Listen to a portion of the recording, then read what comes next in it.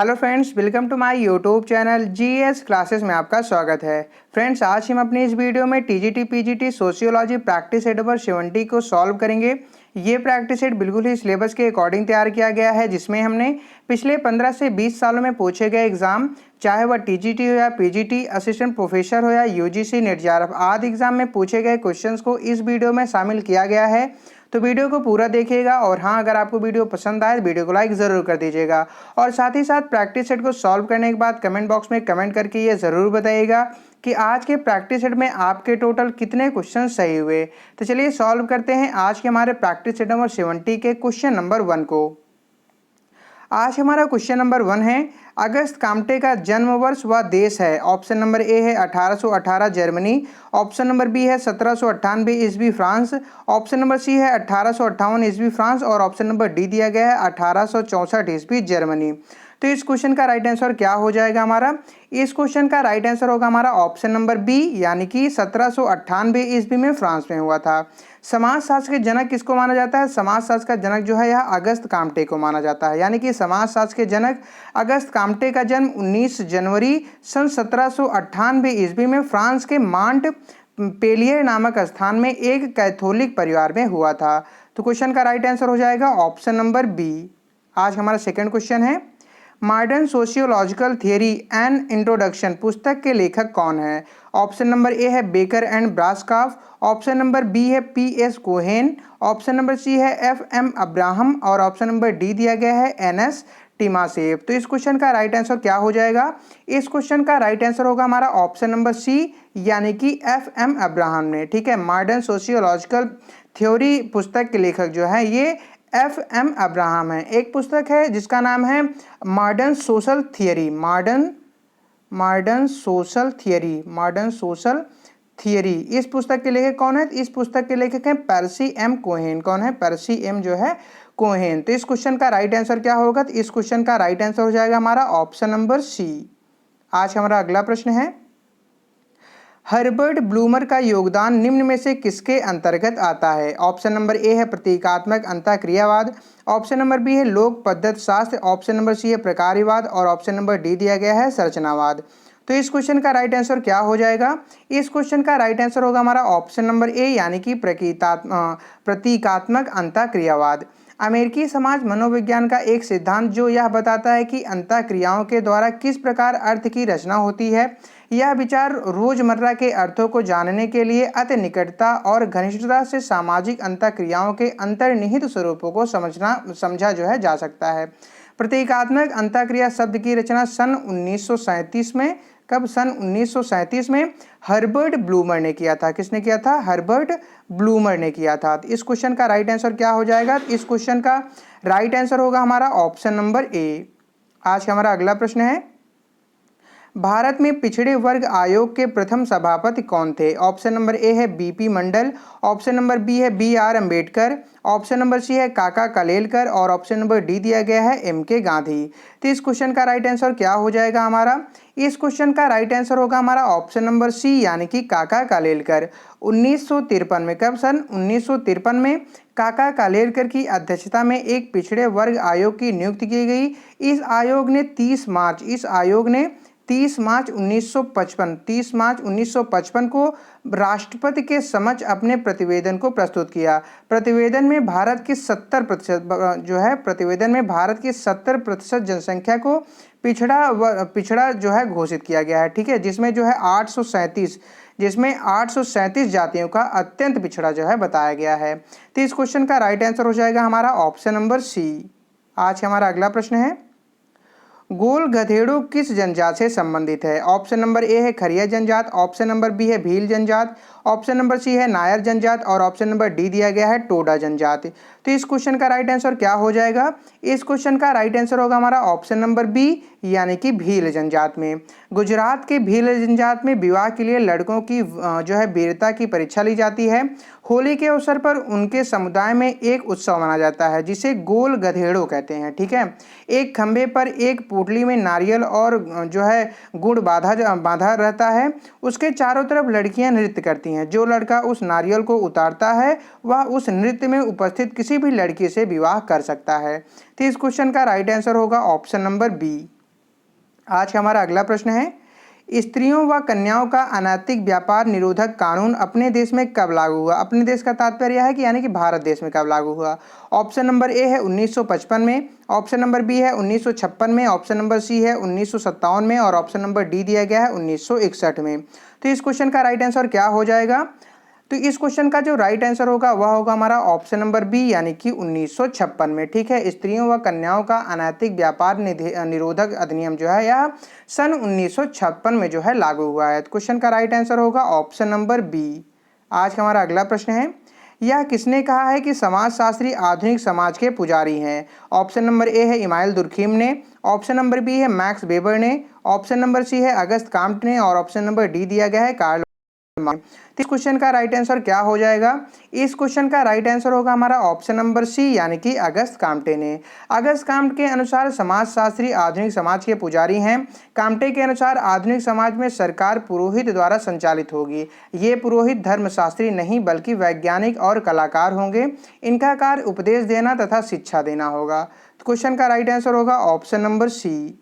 आज का हमारा अगला प्रश्न है, विश्व के किस महाद्वीप में वधु मूल्य प्रथा जो है ज़्यादा प्रचलित है? विश्व के किस महाद्वीप में वधु मूल्य प्रथा ज़्यादा प्रचलित है? ऑप्शन नंबर ए है एशिया महाद्वीप, ऑप्शन नंबर बी है अफ्रीका महाद्वीप, ऑप्शन नंबर सी है यूरोप महाद्वीप और ऑप्शन नंबर डी दिया गया है अमेरिका महाद्वीप। तो इस क्वेश्चन का राइट आंसर क्या हो जाएगा हमारा? तो इस क्वेश्चन का राइट आंसर होगा हमारा ऑप्शन नंबर बी यानी कि अफ्रीका महाद्वीप में। विवाह में वर की तरफ से वधु पक्ष को दिया जाने वाला धन दान या वस्तु वधु मूल्य कहलाता है। हाब हाउस, व्हीलर तथा जिन्सबर्ग द्वारा 434 जनजातियों में विस्तृत अध्ययन के बाद 303 जनजातियों में वधु मूल्य प्रथा का प्रचलन पाया गया है। अफ्रीका की प्रायः सभी जनजातियों में यह विवाह प्रथा जो है प्रचलित है। तो क्वेश्चन का राइट आंसर हो जाएगा ऑप्शन नंबर बी। आज का हमारा अगला प्रश्न है, इंडियन सोशियोलॉजिकल सोसाइटी की स्थापना की गई थी किसके द्वारा? ऑप्शन नंबर ए है आर के मुखर्जी के द्वारा, ऑप्शन नंबर बी है आर एन सक्सेना के द्वारा, ऑप्शन नंबर सी है जी एस घुरिये के द्वारा और ऑप्शन नंबर डी दिया गया है ब्रिजेंद्र नाथ शील के द्वारा। तो इस क्वेश्चन का राइट आंसर क्या हो जाएगा? इस क्वेश्चन का राइट आंसर होगा हमारा ऑप्शन नंबर सी यानी कि जे एस घुरिये के द्वारा। इंडियन सोशियोलॉजिकल सोसाइटी की स्थापना जी एस घुरिये के द्वारा की गई है। गोविंद सदाशिव घुरिये भारत के उन कतिपय गणमान्य प्रतिष्ठित अग्रणी समाजशास्त्रियों में से हैं जिन्हें भारत में समाजशास्त्र विषय को प्रणीत करने का श्रेय दिया जाता है। जी एस घुरिये द्वारा 1952 में जी एस घुरिये द्वारा 1952 में मुंबई में इंडियन सोशियोलॉजी सोसाइटी की स्थापना की गई। इन्हें भारत के समाजशास्त्र के पिता की उपाधि से जो है विभूषित किया गया है। तो क्वेश्चन का राइट आंसर हो जाएगा ऑप्शन नंबर सी। आज हमारा अगला प्रश्न है, रामपुरा गांव किस भारतीय समाजशास्त्री ने अध्ययन किया है? रामपुरा गांव का जो है किस भारतीय समाजशास्त्री ने अध्ययन किया है? ऑप्शन नंबर ए है मजूमदार ने, ऑप्शन नंबर बी है एम श्रीनिवास ने, ऑप्शन नंबर सी है वी आर चौहान ने और ऑप्शन नंबर डी दिया गया है एस सी दुबे ने। तो इस क्वेश्चन का राइट आंसर क्या हो जाएगा? इस क्वेश्चन का राइट आंसर हो जाएगा हमारा ऑप्शन नंबर बी यानी कि एम श्रीनिवास ने। ठीक है, एम श्रीनिवास ने रामपुरा गांव का अध्ययन किया। डॉक्टर एम मजूमदार ने मुहाना तथा दुद्धि का अध्ययन किया है। कौन? डॉक्टर एम मजूमदार ने जो है मुहाना तथा दुद्धि का अध्ययन किया है। एस सी दुबे ने जो है सामीरपेट, एक गांव का नाम है सामीरपेट गांव का जो है अध्ययन किया है। पर रामपुरा गांव का किस भारतीय समाजशास्त्री ने अध्ययन किया है? तो एम श्रीनिवास ने। तो क्वेश्चन का राइट आंसर हो जाएगा ऑप्शन नंबर बी। आज हमारा अगला प्रश्न है आवृत्तियों को मापने के लिए सामाजिक दूरी पैमाना का विकास किया गया था। ऑप्शन नंबर ए है एल थर्स्टन द्वारा, ऑप्शन नंबर बी है एल गटमैन के द्वारा, ऑप्शन नंबर सी है ई बोरगार्डस के द्वारा और ऑप्शन नंबर डी दिया गया है ए लुंडबर्ग के द्वारा। तो इस क्वेश्चन का राइट आंसर क्या हो जाएगा? इस क्वेश्चन का राइट आंसर होगा हमारा ऑप्शन नंबर सी यानी कि ई बोरगार्डस के द्वारा। सामाजिक दूरी को मापने के लिए बोरगार्डस ने एक पैमाना निश्चित किया जिसे बोरगार्डस सामाजिक दूरी मापक पैमाना कहते हैं। बोरगार्डस का यह पैमाना उच्चतम आत्मनिष्ठ मनोवृत्तियों को मापने के लिए है। क्वेश्चन का राइट आंसर होगा ऑप्शन नंबर सी। आज हमारा अगला प्रश्न है, सूची 1 को सूची 2 के साथ सुमेलित कीजिए और सूचियों के नीचे दिए गए कोड का प्रयोग करते हुए सही उत्तर का चुनाव कीजिए। तो यहाँ पे सूची नंबर 1 दिया गया है और ये हमारा सूची नंबर 2 दिया गया है। हमें इनका आपस में मिलान करना है, तो आइए मिलान करते हैं। पहला दिया गया है प्राथमिक समूह। प्राथमिक समूह का जो संबंध है वह किससे है? तो यह संबंध CH कूले से है। किससे है? तो इस प्राथमिक समूह का संबंध CH कूले से है। दूसरा है सांख्यिकीय समूह। इसका संबंध किससे है? तो इसका संबंध है बीर स्ट्रीट से। किससे? इसका संबंध बीर स्ट्रीट से है। तीसरा है संदर्भ समूह। संदर्भ समूह का संबंध किससे है? इसका यह संबंध है RK मर्टन से। और चौथा दिया गया है अंतर समूह या बहिर समूह। इसका संबंध किससे है? इसका संबंध है WG समनर से। तो इस वजह से इस क्वेश्चन का राइट आंसर हो जाएगा हमारा ऑप्शन नंबर C। आज का हमारा अगला प्रश्न है, उत्पादन प्रक्रिया में कार्ल मार्क्स के अनुसार अधिकतम भूमिका होती है। ऑप्शन नंबर ए है पूंजी का, ऑप्शन नंबर बी है मशीन उपकरणों की, ऑप्शन नंबर सी है श्रम की और ऑप्शन नंबर डी दिया गया है सरकार की। तो इस क्वेश्चन का राइट आंसर क्या हो जाएगा? इस क्वेश्चन का राइट आंसर होगा हमारा ऑप्शन नंबर सी यानी कि श्रम की। श्रमिक के रूप में मनुष्य किसी भी उत्पादन प्रक्रिया को जो है अनिवार्य और वस्तुतः पहली शर्त है।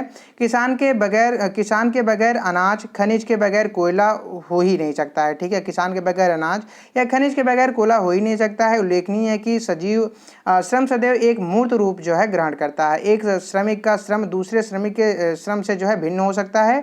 श्रम यंगों के प्रकार के दृश्य से अत्यधिक भिन्न हो सकता है। तो क्वेश्चन का राइट आंसर हो जाएगा ऑप्शन नंबर सी। आज का हमारा अगला प्रश्न है, मैक्स वेबर एक बौद्धिक व्यक्तित्व के लेखक कौन है? ऑप्शन नंबर ए है Max Weber, option number B है Ruth Benedict, option number C है राइनहार्ड वेंडिक्स और ऑप्शन नंबर डी दिया गया है राल्फ लिंटन। तो इस क्वेश्चन का राइट आंसर क्या हो जाएगा हमारा? इस क्वेश्चन का राइट आंसर हो जाएगा हमारा ऑप्शन नंबर सी यानी कि राइनहार्ड वेंडिक्स का। मैक्स वेबर एक बौद्धिक व्यक्तित्व के लेखक राइनहार्ड वेंडिक्स हैं। क्वेश्चन का राइट आंसर होगा ऑप्शन नंबर सी। आज का हमारा अगला प्रश्न है, निम्नलिखित कथनों पर विचार कीजिए। यहाँ पे दो कथन दिए गए हैं, पहले को कथन ए से और दूसरे को उसके कारण आर से दर्शाया गया है।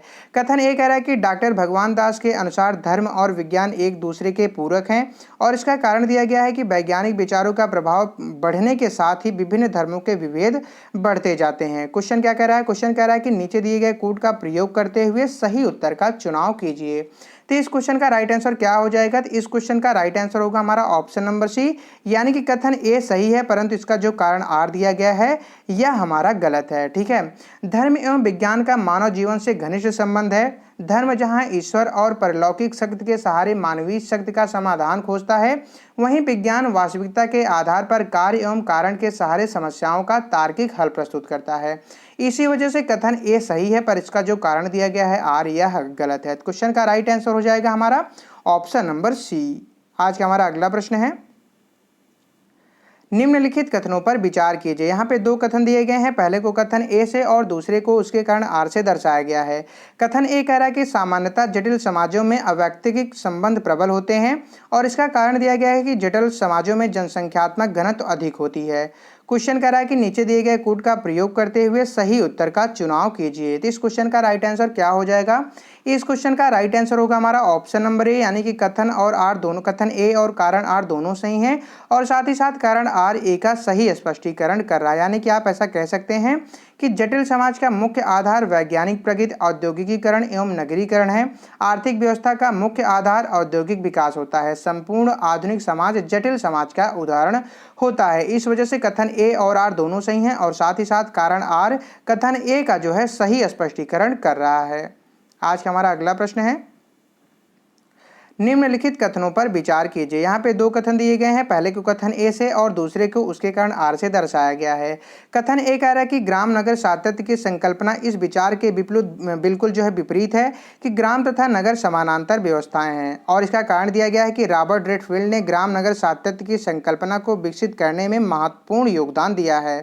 क्वेश्चन कह रहा है कि नीचे दिए गए कोड का प्रयोग करते हुए सही उत्तर का चुनाव कीजिए। तो इस क्वेश्चन का राइट आंसर क्या हो जाएगा? इस क्वेश्चन का राइट आंसर होगा हमारा ऑप्शन नंबर बी यानी कि कथन ए और आर दोनों सही हैं परंतु कारण आर कथन ए की जो है सही स्पष्टीकरण नहीं कर रहा है। यानी कि आप ऐसा कह सकते हैं कि ग्राम नगरी सातत्य का मूल रूप से विकास सोरोकिन एवं जिमरमैन के द्वारा जो है किया गया है, किंतु इसे परिष्कृत रूप में जो है प्रस्तुत करने का श्रेय जो जाता है वह जाता है प्रोफेसर रेडफील्ड को, जिन्होंने इन्हें जो है एक निश्चित अर्थ व संदर्भ प्रदान किया है। इस संबोध में ग्रामवासियों व नगरवासियों के बीच सामाजिक संरचना, दृष्टिकोण आदि की निरंतरता को प्रकट करता है। तो इस वजह से इस क्वेश्चन का राइट आंसर होगा हमारा ऑप्शन नंबर बी, यानी कि कथन ए और कारण आर दोनों सही हैं, परंतु कारण आर जो है यह कथन ए की सही स्पष्टीकरण नहीं कर रहा है। आज हमारा अगला प्रश्न है, निम्नलिखित कथनों पर विचार कीजिए। यहाँ पे दो कथन दिए गए हैं, पहले को कथन ए से और दूसरे को उसके कारण आर से दर्शाया गया है। अब कथन ए कह रहा है कि अब हिंदू विवाह को संस्कार से अधिक संविदा समझा जाता है, और इसका कारण दिया गया है कि भारतीय समाज में पश्चिमी विचारधारा का व्यापक प्रभाव पड़ा है। क्वेश्चन कह रहा है कि नीचे दिए गए कूटों का प्रयोग करते हुए सही उत्तर का चुनाव कीजिए। तो इस क्वेश्चन का राइट आंसर क्या होगा? इस क्वेश्चन का राइट आंसर होगा हमारा ऑप्शन नंबर ए, यानी कि कथन ए और आर दोनों सही हैं, और साथ ही साथ इसका जो कारण आर है यह ए का सही स्पष्टीकरण कर रहा है। हिंदू धर्म में विवाह को संस्कार के रूप में माना जाता है, परंतु पश्चिमी विचारधारा के फलस्वरूप विवाह एक संविदा का रूप जो है ले रहा है। अब यह अटूट ना होकर एक समझौते के रूप में दिखाई देने लगा है। इससे यह स्पष्ट होता है कि पश्चिमी विचारधारा का भारतीय समाज पर जो है व्यापक प्रभाव पड़ा है। तो क्वेश्चन का राइट आंसर होगा हमारा ऑप्शन नंबर ए। आज का हमारा अगला प्रश्न है, संयुक्त परिवार की कौन सी विशेषता सही नहीं है? ऑप्शन नंबर ए है बड़ा आकार, ऑप्शन नंबर बी है सदस्यों की भी निश्चित संतरण, ऑप्शन नंबर सी है परंपराओं पर आधारित संरचना, और ऑप्शन नंबर डी दिया गया है सदस्यों में औपचारिक संबंध। तो क्वेश्चन का राइट आंसर क्या होगा? इस क्वेश्चन का राइट आंसर हो जाएगा हमारा ऑप्शन नंबर डी, यानी कि सदस्यों में औपचारिक संबंध। संयुक्त परिवार से तात्पर्य ऐसे परिवार से होता है जिसमें कई पीढ़ी के लोग एक साथ निवास करते हैं। परिवार के सभी सदस्य भोजन, उत्सव, त्योहार और पूजन में सामूहिक रूप से जो है भाग लेते हैं और परस्पर अधिकारों और कर्तव्यों से जो है बंधे रहते हैं। इस वजह से क्वेश्चन का राइट आंसर होगा ऑप्शन नंबर डी। आज समुदाय वह लघुत्तम क्षेत्रीय समूह है जो सामाजिक जीवन के सभी पहलुओं को अंगीकार कर सकता है। यह मत है ऑप्शन नंबर है कूले का, ऑप्शन नंबर बी डेविस का, ऑप्शन नंबर सी मैकाइबर का, और ऑप्शन नंबर डी दिया गया है जॉनसन का। तो इस क्वेश्चन का राइट आंसर क्या हो जाएगा? इस क्वेश्चन का राइट आंसर होगा हमारा ऑप्शन नंबर बी, यानी कि डेविस का। डेविस के अनुसार समुदाय एक लघुत्तम क्षेत्रीय समूह है होता है जो सामाजिक जीवन के सभी पहलुओं को अंगीकार कर सकता है। क्वेश्चन का राइट आंसर हो जाएगा हमारा ऑप्शन नंबर बी। आज हमारा अगला प्रश्न है, निम्नलिखित में से कौन सा बंध स्थिरीकरण का उदाहरण नहीं है? फ्रेंड्स, यह क्वेश्चन आप लोगों से पिछले प्रैक्टिस सेट में पूछा गया था, जिसमें से जिसका जो है कईयों ने सही जवाब दिया था। जैसे तनिष्का गुप्ता ने इसका सही उत्तर दिया था, अतुल त्रिपाठी ने इस क्वेश्चन का सही उत्तर दिया था, नाज मंसूरी विंटेक ने, सुमन यादव ने इस क्वेश्चन का जो है राइट आंसर सही दिया था। तो देखते हैं इस क्वेश्चन का राइट आंसर क्या होगा। तो इस क्वेश्चन का जो राइट आंसर हो जाएगा वह होगा हमारा ऑप्शन नंबर सी, यानी कि वर्ण व्यवस्था। स्थिरीकरण के दो रूप हैं, खुला स्थिरीकरण एवं बंद स्थिरीकरण। खुले स्थिरीकरण में आधुनिक वर्ग व्यवस्था वाले समाज आते हैं जहां व्यक्ति अपने वर्ग परिवर्तन द्वारा एक वर्ग से दूसरे वर्ग में आ जा सकते हैं, और बंद स्थिरीकरण का उदाहरण भारतीय जाति समस्या है। ठीक है, बंद स्थिरीकरण का उदाहरण जो है यह जाति व्यवस्था है। क्या है? यह जो है जाति व्यवस्था है। तो इसमें से बंद स्थिरीकरण का उदाहरण कौन सा नहीं है? तो ऑप्शन नंबर सी, वर्ण व्यवस्था जो है यह बंद स्थिरीकरण का उदाहरण नहीं है। तो क्वेश्चन का राइट आंसर हो जाएगा हमारा ऑप्शन नंबर सी। आज हमारा लास्ट प्रश्न है, सामाजिक स्थिरीकरण के समाज के प्रचलन के लिए उपयोगी परिणाम है, यह दृष्टिकोण है। फ्रेंड, जैसा कि आपको पता है कि हमारे प्रैक्टिस सेट के लास्ट क्वेश्चन आप लोगों के लिए छोड़ दिए जाते हैं, यानी कि इस क्वेश्चन का राइट आंसर क्या होगा आप लोगों को कमेंट बॉक्स में कमेंट करके बताना होगा, जिससे क्या होगा कि हमें जो है एक मोटिवेशन मिलता है कि आप लोग की प्रिपरेशन कैसी चल रही है। ठीक है, तो मिलते हैं आपसे अपने नेक्स्ट वीडियो में, तब तक के लिए जय हिंद, वंदे मातरम।